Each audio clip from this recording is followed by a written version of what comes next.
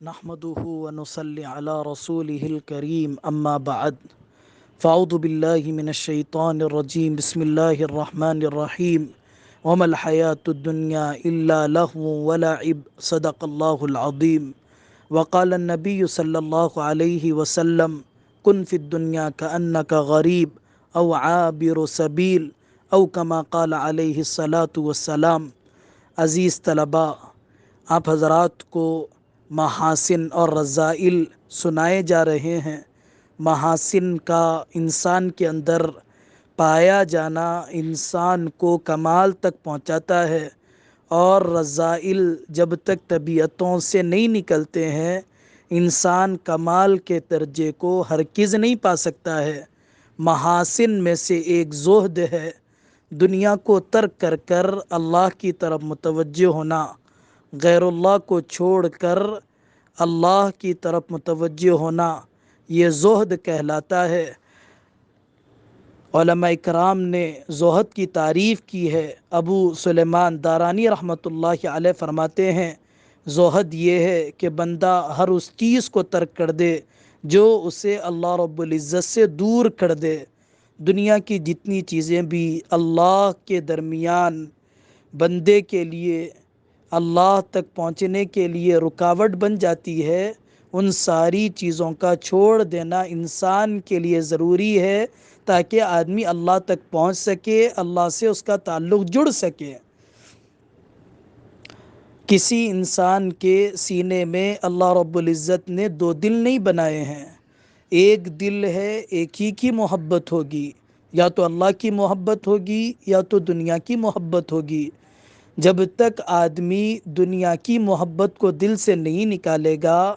اور دنیا کے سلسلے میں بے رغبت نہیں ہوگا، اللہ اور آخرت کی محبت آدمی کے دل میں نہیں آ سکتی ہے۔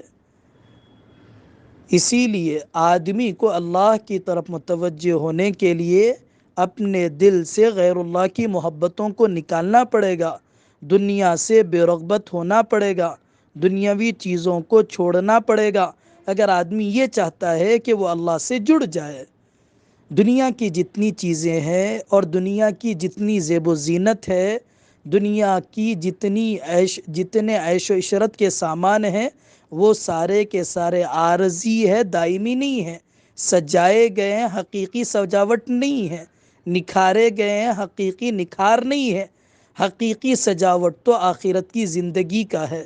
حقیقی رونق تو، حقیقی عیش و عشرت تو وہ آخرت کی زندگی کی ہے، دنیا کی زندگی کی کوئی عیش و عشرت نہیں ہے۔ اسی لیے دنیا سے بے رغبت ہونا ہے تاکہ آخرت کا حقیقی لطف آدمی اور آخرت کی زندگی میں حقیقی عیش و عشرت اسے مل سکے۔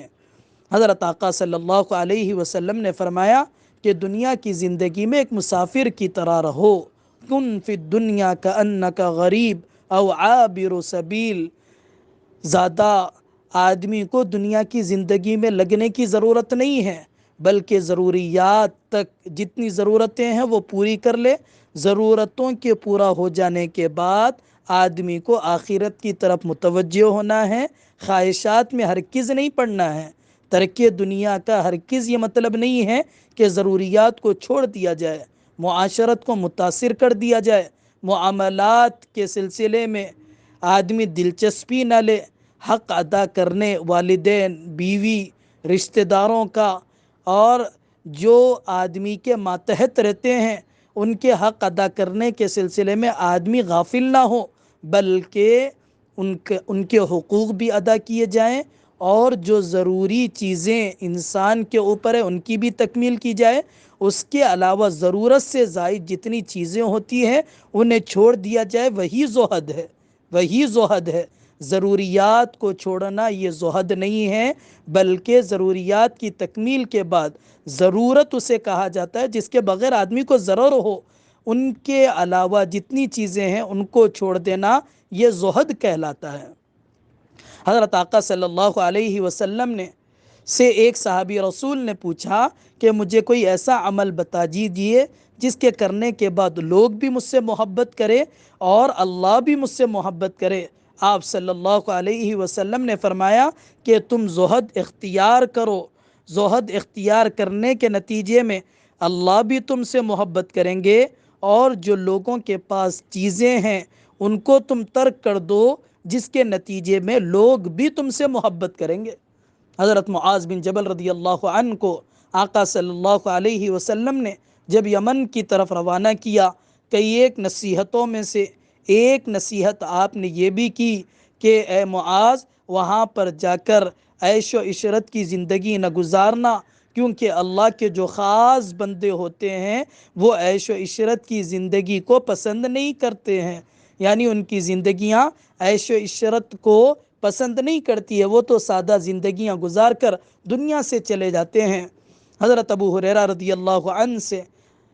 آقا صلی اللہ علیہ وسلم نے فرمایا کہ جب تم ایسے لوگوں کو دیکھو کہ جنہیں اللہ نے زہد کی دولت سے نوازا ہے، یعنی وہ لوگ دنیا کے سلسلے میں بے رغبت ہیں، اور ایسے لوگوں کو دیکھو جو کم بولتے ہیں، فضول گفتگو وہ نہیں کرتے، ان کے ساتھ بیٹھا کرو، ان کی مجالست اپنایا کرو، اسی لیے کہ ایسے لوگوں پر اللہ کی طرف سے دانائی کا دروازہ کھول دیا جاتا ہے، یعنی اللہ انہیں دانائی عطا کرتے ہیں۔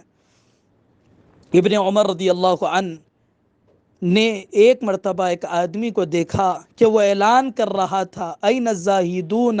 فی الدنیا والراغبون فی الآخرہ، دنیا کو چھوڑنے والے اور آخرت کی طرف لپکنے والے کہاں چلے گئے؟ حضرت ابن عمر رضی اللہ عنہ نے آقا صلی اللہ علیہ وسلم کی قبر کی طرف، اور اسی طریقے سے حضرت عمر رضی اللہ عنہ کی قبر کی طرف، اور اسی طریقے سے حضرت ابو بکر رضی اللہ عنہ کی قبر کی طرف اشارہ کر کر فرمایا،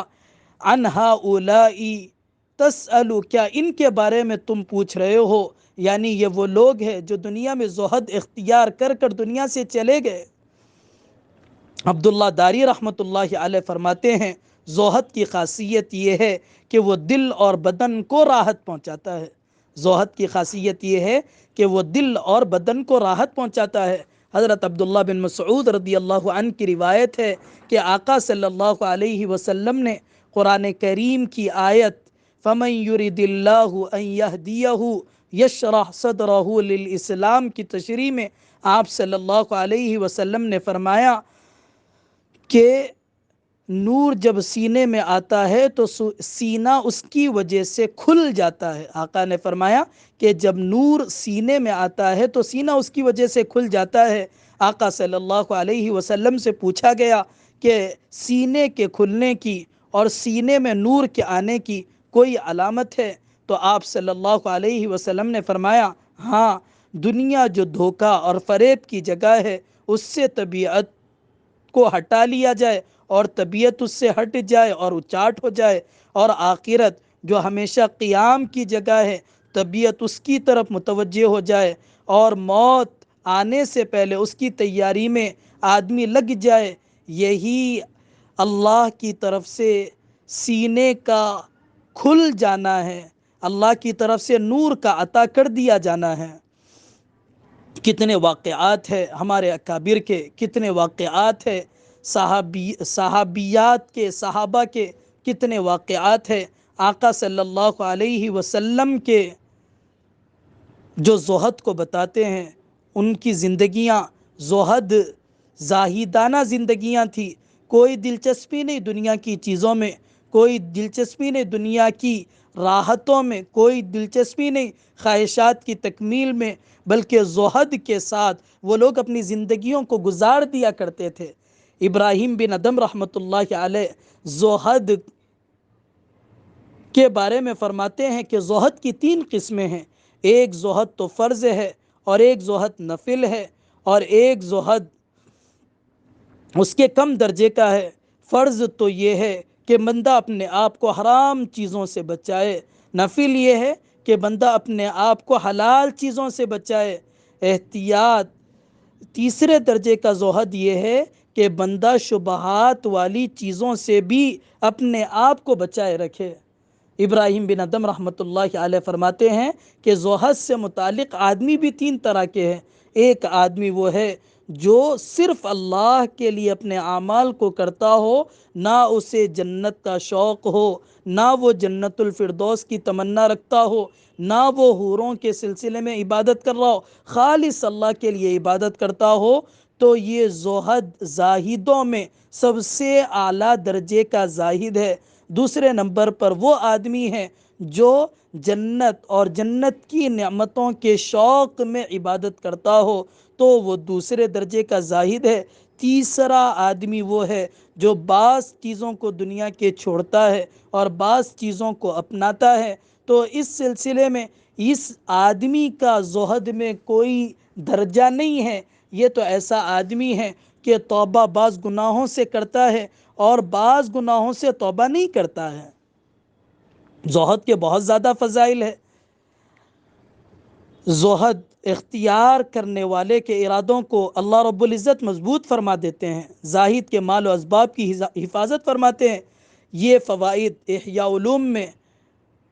حجت الاسلام مولانا امام غزالی رحمۃ اللہ علیہ نے نقل کیا ہے۔ زاہد کے دل میں دنیا سے بے نیازی پیدا اللہ فرما دیتے ہیں۔ زاہد کے پاس دنیا ذلیل ہو کر آتی ہے، زاہد کو حکمت عطا کر دی جاتی ہے۔ زاہد سے اللہ محبت فرماتے ہیں۔ جس دل میں ایمان اور حیا موجود ہو، اس میں زہد اور تقوی قیام کرتے ہیں۔ اس طرح کے بہت سارے فوائد امام غزالی رحمۃ اللہ علیہ نے جمع فرمائے ہیں۔ علماء کے اقوال زہد سے متعلق، حضرت بشر حافی رحمۃ اللہ علیہ فرماتے ہیں، دنیا سے زہد اس چیز کا نام ہے کہ لوگوں سے بے رغبتی اختیار کی جائے۔ حضرت علی رضی اللہ عنہ فرماتے ہیں کہ من زاہد فی الدنیا ہانت علیہ المصیبات ومن ارتقب الموت سارع فی الخیرات، کہ جو دنیا سے بے رغبتی کرے گا اس پر مصیبتیں ہلکی ہو جائیں گی، اور جو موت کا انتظار کرتا ہے تو نیک کاموں کی طرف دوڑنے لگ جاتا ہے۔ اسی طریقے سے حضرت سیدنا عبداللہ بن مسعود رضی اللہ عنہ فرماتے ہیں، جس شخص کو زہد کی دولت حاصل ہو، اس کا 2 رکعت نماز ادا کرنا اللہ کے یہاں غیر زاہد عبادت گزاروں کی ہمیشہ کی عبادت سے زیادہ پسندیدہ ہے۔ حضرت وہب بن منبع رحمۃ اللہ علیہ فرماتے ہیں، جنت کے 8 دروازے ہیں، جب اہل جنت ان میں سے داخل ہونا چاہیں گے تو دروازوں پر مقرر فرشتے کہیں گے، ہمارے رب اللہ کی عزت کی قسم، جنت کے عاشقوں اور دنیا سے بے رغبت رہنے والوں سے پہلے کوئی شخص جنت میں نہیں جائے گا، کوئی شخص جنت میں نہیں جائے گا۔ یہ وہب بن منبع رحمۃ اللہ علیہ فرمایا کرتے تھے۔ ایک صحابی رسول فرماتے ہیں، ہم نے تمام اعمال کو کر کے دیکھا، لیکن آخرت کے معاملے میں دنیا سے بے رغبتی سے زیادہ کسی عمل کو ہم نے مؤثر نہیں پایا۔ حضرت آقا صلی اللہ علیہ وسلم کی زندگی، امی جان حضرت عائشہ رضی اللہ عنہا اپنے بھانجے عروہ بن زبیر رضی اللہ عنہ سے فرماتی ہے، اے عروہ، آقا کے گھر میں 3 چاند گزر جاتے تھے، آگ جلا نہیں کرتی تھی۔ 2 مہینے گزر گئے، تیسرے مہینے کا چاند نظر آیا لیکن آگ جلا نہیں کرتی تھی۔ ایک مرتبہ آقا صلی اللہ علیہ وسلم حضرت فاطمہ رضی اللہ عنہا کے مکان پر پہنچے، کھڑکی پر دھاری دار پردہ لٹکا ہوا تھا، آپ اندر تشریف نہیں لے گئے۔ حضرت علی رضی اللہ عنہ تشریف لائے، کہنے لگے کہ آپ آ رہے تھے، آئے نہیں۔ آقا صلی اللہ علیہ وسلم نے فرمایا کہ اس پردے نے مجھے آنے سے روک دیا، اس دھاری دار پردے نے مجھے آنے سے روک دیا۔ اس پردے کو نکالا گیا، اس کا مصرف طے کیا گیا، اس کے بعد آپ اندر داخل ہوئے اور آپ نے اس وقت فرمایا کہ مجھے اور عیش و عشرت، میرا اور عیش و عشرت، ان دونوں میں کوئی تعلق نہیں ہے۔ حضرت عمر رضی اللہ عنہ ایک مرتبہ مسجد میں پہنچے، آقا صلی اللہ علیہ وسلم کی پیٹھ پر حصیر کے نشانات پڑے ہوئے تھے۔ آپ نے فرمایا کہ اگر کوئی آپ مناسب نرم بستر بنا لیتے تو یہ نشانات آپ کے جسم پر نہ پڑتے۔ آقا صلی اللہ علیہ وسلم نے فرمایا کہ مجھے دنیا کی راحتوں سے کوئی تعلق نہیں ہے، میں تو ایسا ہوں جیسے کہ ایک مسافر سفر کرتا ہے، کچھ دیر ٹھہر جاتا ہے اور پھر اٹھ کر سفر کرنے لگ جاتا ہے، میں بھی دنیا میں مسافر کی طرح ہوں۔ مجھے دنیا کی راحتوں اور دنیا میں رغبت مجھے کوئی رغبت کا کوئی حصہ مجھے نہیں چاہیے، میں تو آخرت کے لیے اور اللہ کے لیے جینا پسند کرتا ہوں۔ حضرت عمر رضی اللہ عنہ ایک مرتبہ مسجد میں تاخیر سے پہنچے، مسجد بھری ہوئی تھی، لوگ انتظار میں تھے، نگاہیں اٹھا کر دیکھ رہے تھے کب عمر رضی اللہ عنہ تشریف لائیں گے۔ آپ آئے، ممبر پر چڑھے، چڑھنے کے بعد آپ نے فرمایا کہ کپڑوں کے دھونے نے مجھے گرفتار کر لیا تھا، یعنی میں آ نہیں سکا، کپڑے دھو رہا تھا، کوئی جوڑا میرے پاس اس کے علاوہ نہیں تھا، اسے دھو کر سکھایا ہوں، پہن کر آیا ہوں، آنے میں میرے لیے تاخیر ہو گئی ہے، آنے میں میرے لیے تاخیر ہو گئی ہے۔ حضرت مولانا قاسم نانوتوی رحمۃ اللہ علیہ بھاولپور میں نواب صاحب نے مدرسہ بنایا، مدرسہ بنانے کے بعد وہاں کے علماء سے کہا کہ مدرسہ تو بن چکا ہے، اب اسے آباد کرنا ہے۔ علماء نے کہا کہ قاسم نانوتوی رحمۃ اللہ علیہ کو بلا لیا جائے گا، مدرسہ آباد ہو جائے گا۔ نواب صاحب نے کہا ہیرا تم ڈھونڈو، میں قیمت لگاتا ہوں۔ نواب صاحب نے پوچھا کہ مولانا قاسم نانوتوی رحمۃ اللہ علیہ کی وہاں پر تنخواہ کتنی ہے؟ علماء نے فرمایا کہ 5 روپیے ہے۔ نواب صاحب نے کہا کہ ہم 100 روپیے دیں گے، انہیں بلا کر لائیے۔ علماء قاسم نانوتوی رحمۃ اللہ علیہ کے پاس پہنچے اور کہنے لگے کہ نواب صاحب نے مدرسہ بنایا ہے، آپ تشریف لائیے، آپ کی تنخواہ 100 روپے دی جائے گی۔ قاسم نانوتوی رحمۃ اللہ علیہ نے فرمایا کہ 5 روپیے میری تنخواہ ہے، 3 روپیے ضروریات میں پوری ہو جاتی ہے، 2 روپیے بچ جاتے ہیں، مسکینوں پر خرچ کر دیتا ہوں،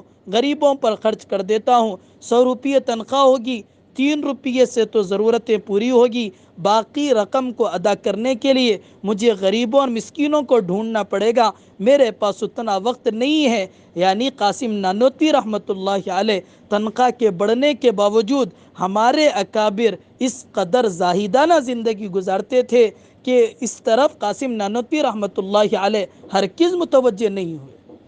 علی میاں ندوی رحمۃ اللہ علیہ کے بارے میں پڑوس ملک کے شیخ الحدیث مولانا سلیم اللہ خان صاحب رحمۃ اللہ علیہ فرماتے ہیں کہ میں 1 مہینے تک مولانا علی میاں ندوی رحمۃ اللہ علیہ کے ساتھ تھا، لیکن میں نے آپ کی زندگی میں انتہائی سادگی دیکھی، لباس کے سلسلے میں آپ کا کوئی ذوق و شوق نہیں تھا، سادہ لباس پہنا کرتے تھے۔ آپ نے واقعہ سنایا کہ مصر پہنچے، مصر کے علماء نے آپ کو دیکھا، دیکھ کر کہنے لگے کہ آپ تو بڑے عالم ہیں، آپ تو بڑے ادیب ہیں، آپ تو بڑے مؤرخ ہیں، اور لوگوں کے درمیان مثل مشہور ہے الناس باللباس، کہ لوگ لباس کے ذریعے ہے، آپ لباس بدل لیتے۔ علی میاں ندوی رحمۃ اللہ علیہ نے فرمایا کہ ہم نے حدیثوں میں لباس میں سادگی کو پڑھا ہے اور اسی میں ہم دین کی حفاظت سمجھتے ہیں، یہ لباس ہمارے لیے کافی ہے۔ یوسف صاحب بن نوری رحمۃ اللہ علیہ لوگ چندہ لے کر آ جایا کرتے تھے، لیکن جب سال بھر کا چندہ موجود ہوتا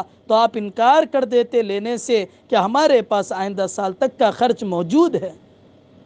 مفتی شفیع صاحب رحمۃ اللہ علیہ کا واقعہ مفتی تقی عثمانی صاحب دامت برکاتہم بیان کرتے ہیں کہ ملک علیحدہ ہوا، آپ پاکستان چلے گئے، وہاں پر آپ کو کسی مجلس کا ممبر بنا دیا گیا، اس مجلس کی طرف سے شریعت کے سلسلے میں کوئی کوتاہی کی گئی، مفتی شفیع صاحب رحمۃ اللہ علیہ نے فوراً بیان جاری کر دیا۔ صبح لوگ تشریف لائے، کہنے لگے کہ آپ حکومت کے فلاں شعبے کے ممبر ہیں، آپ نے یہ بیان جاری کر دیا۔ مفتی شفیع صاحب رحمۃ اللہ علیہ نے فرمایا کہ میرا دل کیسے گوارا کرتا کہ شریعت کے خلاف کوئی چیز کہی جائے اور میں خاموش رہوں، میں نے کہہ دیا۔ لوگوں نے ان سے کہا کہ آپ کی تنخواہ 2000 روپیے ہے، اس زمانے میں 2000 روپیے کی تنخواہ بڑی سمجھی جاتی تھی، آپ کے زندگی کا نظام اس سے بنا ہوا ہے، اگر آپ ایسے بیانات جاری کریں گے تو ہو سکتا ہے آپ کو اس کا ممبر نہ رکھا جائے اور علیحدہ آپ کو کر دیا جائے۔ مفتی شفیع صاحب رحمۃ اللہ علیہ نے فرمایا کہ جب سے مجھے ممبر بنایا گیا ہے اس دن سے میں نے استعفیٰ نامہ لکھ رکھا ہے، اپنے جیب میں لے کر پھرتا ہوں، جب بھی کوئی شریعت کے خلاف چیز پیش آ جائے اور اس کو وہ لوگ ماننے کے لیے تیار نہ ہوں، میں استفتاء دینے کے لیے تیار ہو جاتا ہوں۔ یہ چند واقعات اکابر کے، صحابہ کے، اور اسی طریقے سے آقا صلی اللہ علیہ وسلم کی زندگی کے آپ کو سنائے گئے۔ یہ واقعات بتاتے ہیں کہ کتنا زہد ان کی زندگیوں میں تھا۔ حدیثیں آپ کو سنائی گئی، حدیثیں بتاتی ہے کہ آقا صلی اللہ علیہ وسلم نے زہد کو کس قدر پسند کیا ہے اور زاہدوں کی صحبت کو اپنانے کا کس قدر حکم دیا ہے، اور معاذ بن جبل رضی اللہ عنہ کو روانگی کے وقت کتنی اہم نصیحتوں میں سے ایک اہم نصیحت زہد سے متعلق آپ نے کی ہے۔ خلاصہ ساری گفتگو کا یہ ہے کہ آدمی ضروریات کی حد تک تو دنیا میں اپنے آپ کو اللہ کی یاد کے ساتھ مصروف رکھے، اور جو ضروریات سے ہٹ کر چیزیں ہیں ہرگز اپنے دل کو اس میں نہ لگائے، اس سے بے رغبت ہو جائے، اور اللہ آخرت کے سلسلے میں اپنے آپ کو راغب کر لے، اور جنت اور اللہ کی ملاقات، اللہ سے تعلق کے سلسلے میں اپنی زندگی کو گزارنا شروع کر دے۔ جو باتیں کہی گئی ہے اللہ مجھے آپ حضرات کو عمل کرنے کی توفیق نصیب فرمائے۔ وآخر دعوانا ان الحمد للہ رب العالمین۔